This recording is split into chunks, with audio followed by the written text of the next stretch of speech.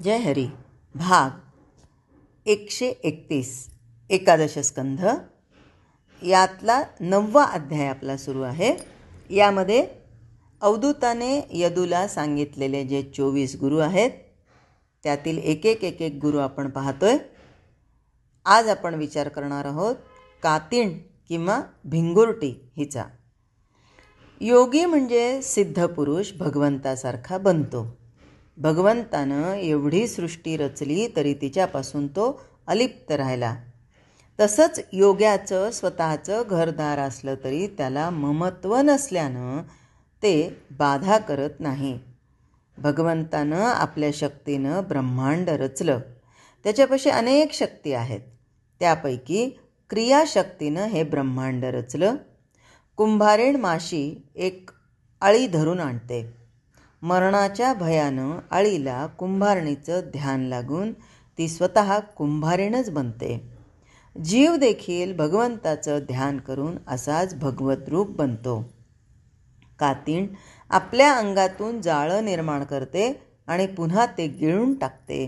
त्याचप्रमाणे भगवंत ही संपूर्ण सृष्टी निर्माण करतो आणि कालांतरानं स्वतःमध्ये सामावून घेतो. नाथ महाराज म्हणतात की योग्यानं स्वतःचं घर करू नये असं म्हटलं तर देवानं एवढी सृष्टी रचली असता तिच्यापासून त्याला कशी बाधा होत नाही असा प्रश्न येतो.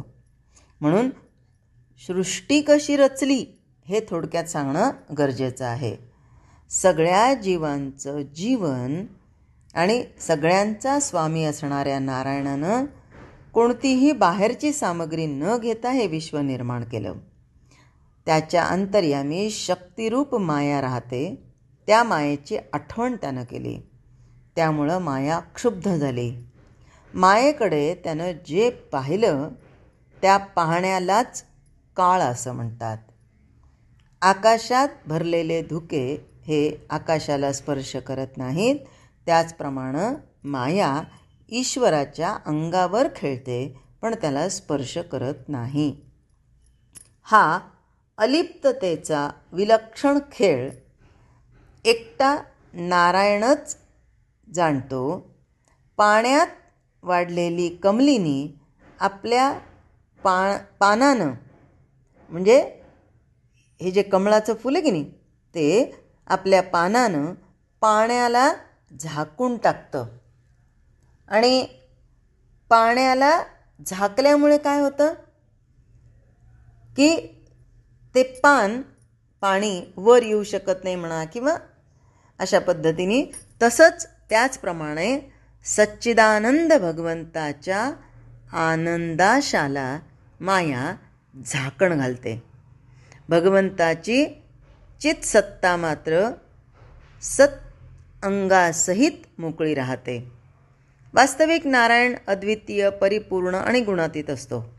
त्याची अवस्था भेदशून्य असते. त्याच्यापाशी सजातीय विजातीय आणि स्वगत कोणताही भेद नाही. माणसाचा माणसाशी भेद हा सजातीय, माणूस आणि झाड यांच्यातील भेद विजातीय आणि हात पाय कान डोळे यांमधील भेद हा स्वगत. तर भेदाचे हे 3 प्रकार भगवंताच्या ठिकाणी नाहीत. खरोखर अत्यंत अभेद नारायणाच्या ठिकाणी मनरहित संकल्पानं प्रकृती आणि पुरुष उत्पन्न होतात. तेव्हा तो ईश्वर बनतो. ईश्वर सगळ्यांचा नियंता असून त्याच्या सामर्थ्यानं प्रकृती आणि पुरुष वागतात. प्रकृतीला चेतना देणारी चित्सत्ता तेच ईश्वराचं पुरुषत्व होय. म्हणून त्याला प्रकृतीचा पती म्हणतात. देव आणि मानव यांचा नियंता तोच आहे. वायू त्याच्याच आज्ञेनं वागतो. समुद्र मर्यादेत राहतो. सूर्य दिनमान चालवतो. प्राण प्राण्यांमध्ये वाहतो आणि मेरू आपलं स्थान टिकवतो. त्याच्या आज्ञेनेच चेतनाशक्ती अचेतन देहांना सचेतन करते. त्याच्या इच्छेनं प्रकृतीमधील गुण आपापलं काम करतात. रजोगुण सृष्टी उत्पन्न करतो. सत्वगुण तिचा प्रतिपाळ करतो आणि कल्पांताच्या वेळी काळरूपानं क्षुब्ध होऊन तमोगुण तिचा संहार करतो. परंतु हा क्षोभ ईश्वराच्या इच्छेनं होत असल्यानं ईश्वर संहार करतो असं म्हणतात. ईश्वर स्वतः निराधार असतो, त्याला आधाराची गरज लागत नाही. परंतु सर्पाचा भास होण्यास दोरीचा आश्रय लागतो, त्याचप्रमाणे तो साऱ्या विश्वाला आधार देतो. त्याच्या प्रकृतीमधून गुणशक्ती आणि कालगती उत्पन्न होतात. प्रलयाच्या वेळी त्या सगळ्या शक्ती प्रकृतीमध्ये लीन होतात आणि वटवृक्ष जसा बीजामध्ये सामावतो त्याप्रमाणे प्रकृती देखील अखेर परमात्म्यामध्ये लीन होते. प्रकृती लीन झाल्यावर सगळ्या उपाधी या निघून जातात. केवळ उपरमल्यामुळं केवळ निरुपाधिक निर्गुण स्वरूप उरतं. मंदराचल काढून घेतला म्हणजे क्षीरसागर निश्चल राहतो, किंवा अनेक आकारांचे दागिने मुशीत घातले म्हणजे मूळचं सोनं होतं, किंवा आकाशातील नक्षत्र सूर्योदयी लोपून जातात, किंवा ग्रीष्म ऋतूंच्या अंती सगळी वृक्षबीज ही पृथ्वीमध्ये लीन होतात. त्याचप्रमाणे मायेमुळं साकार झालेली सर्व सृष्टी परमात्म्यामध्ये लीन होऊन केवळ सुखस्वरूपानं, आनंदरूपानं, चिन्मात्र तेजानं, अत्यंत निर्मळ आणि अनंत आणि ज्ञानमय असं पूर्ण निरुपाधिक ब्रह्मवाक्य राहतं. त्या ज्ञानस्वरूप अनंत परमात्म्यानं सृष्टी कशी निर्माण केली त्याबद्दल नाथ महाराज आपल्याला माहिती देतात.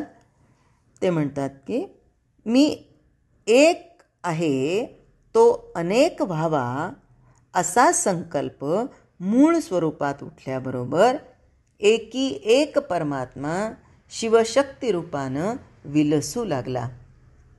शिवानं शक्तीकडे आपलेपणानं पाहिल्याबरोबर तिच्यातील गुप्त शक्ती व्यक्त होऊ लागल्या. तिचा ओघ प्रथम काळरूपानं प्रगट झाला, म्हणजे शाश्वत स्वरूपातून अशाश्वत निर्माण होण्याची तयारी झाली. सृष्टी एवढ्या अशाश्वत संसाराला निर्माण करणारी मूळ शक्ती वायुरूप आहे.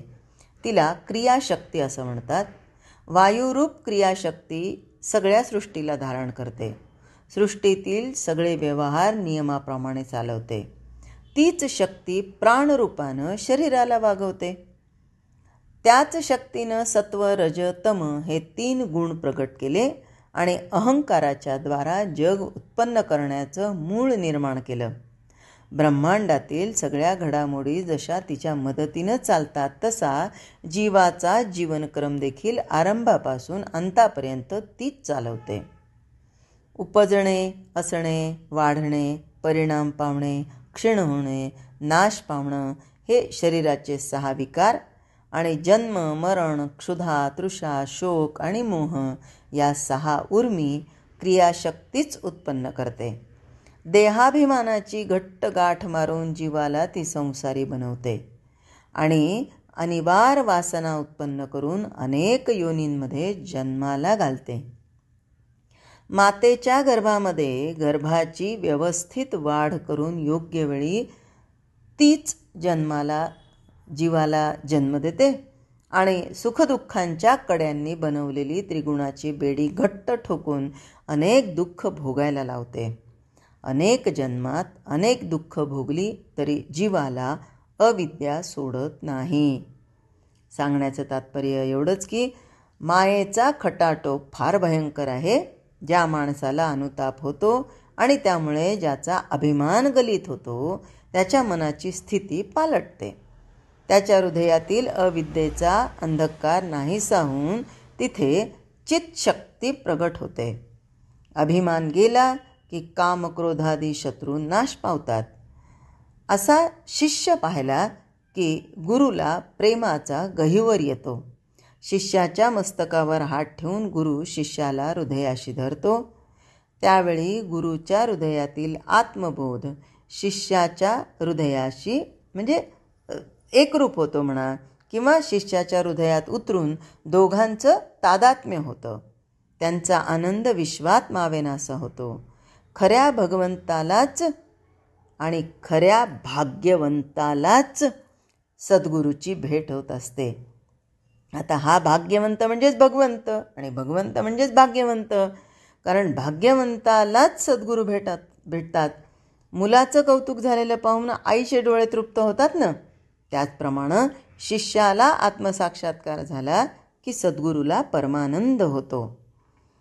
मग उर्णनाभी म्हणजे कोळी किंवा कातीण. कोळी आपल्या पोटातील तंतू तोंडातून बाहेर काढतो, त्यांचं जाळं रचतो, त्या जाळ्यावर खालीवर आपल्या इच्छेप्रमाणे क्रीडा करतो. खेळता खेळताच ते सारं जाळं खाऊन टाकतो. त्याचप्रमाणे सर्वेश्वर आपण एकटाच सर्व विश्वाची रचना करतो, त्यामध्ये अंतर्यामी रूपानं खेळतो आणि अखेर सर्व संसाराचा संहार करून निर्विकार निरुपाधिक अद्वैत आत्मस्वरूपानं शिल्लक उरतो. त्या ईश्वराशी तादात्म्य होण्यासाठी कुंभारेण माशीप्रमाणे ध्यान करावं. कुंभारेण माशी एक आळी धरून आणते आणि तिला आपल्या घरात कोंडून ठेवते. मरणाच्या भयानं ती आळी रात्रंदिवस कुंभारणीचाच ध्यास घेते. त्या तीव्र ध्यासानं ती स्वतः कुंभारेण बनते आणि आकाशात उडून जाते. वास्तविक कुंभारेण म्हणजे एक जड क्षुद्र कीटक. तिचं ध्यान करणारी आळी देखील तशीच असते, पण तीव्र ध्यासानं आळीचं स्वरूप पूर्णपणे पालटतं. हे जर प्रत्यक्ष दिसतं तर माणसाच्या बाबतीत तीव्र ध्यानानं वाटेल ते साध्य होईल ना. ज्याचं ध्यान करायचं तो चिद्रूप आहे, सौख्यदाता आहे. ध्यान करणाराही ज्ञाता आणि अधिकारी आहे. त्याला भगवद्रूप होण्यास मुळीच विलंब लागायचा नाही. ध्यान करणारा माणूस वास्तविक भगवद्रूपच असतो. मी देही आहे हा त्याचा भ्रम गेला की झालं. म्हणून माणसानं काया वाचा आणि मन एकाग्र करून भगवंताचं ध्यान करावं.